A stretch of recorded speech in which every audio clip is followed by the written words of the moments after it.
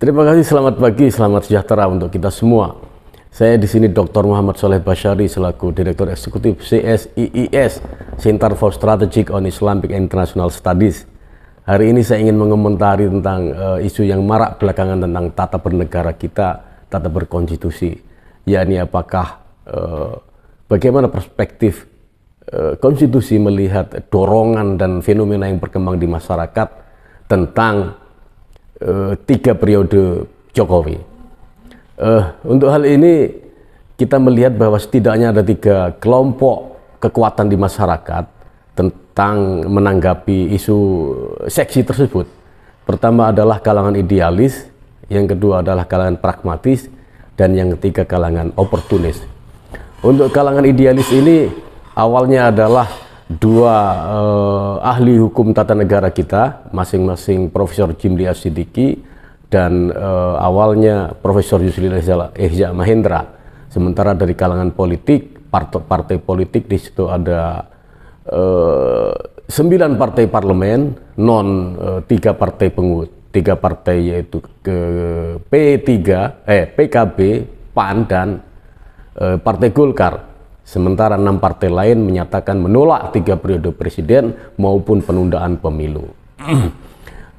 Kemudian di kalangan peneliti dan lembaga survei, mereka yang masuk dalam kelompok tataran idealis ini adalah Burhanuddin Muhtadi dari Indobarometer, kemudian dari SMRC, Saiful Mujani Research and Consulting. Saiful Mujani juga menolak 3 periode presiden, 3 periode Jokowi, dan sekaligus penundaan pemilu.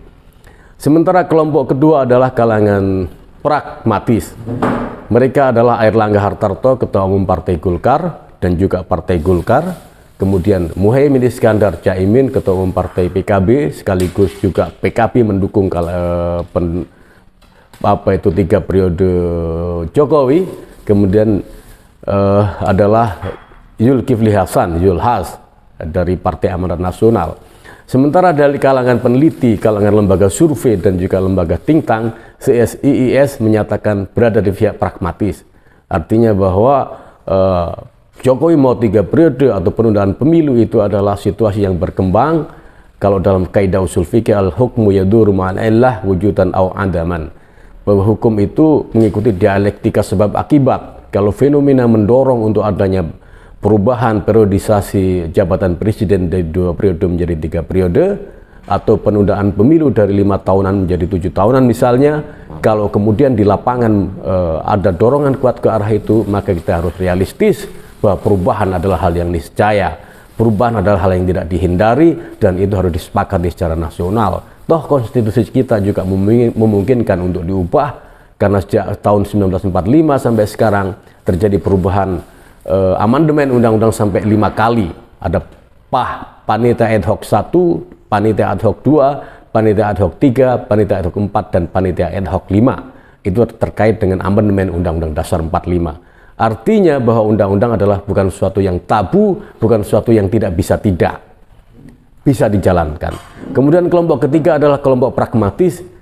Kelompok ketiga adalah kelompok oportunis. Mereka awalnya tidak setuju, mereka awalnya adalah mengatakan mengubah konstitusi, terutama tentang pilihan presiden dan periodisasi presiden, itu sesuatu yang riskan dan sulit untuk dilaksanakan.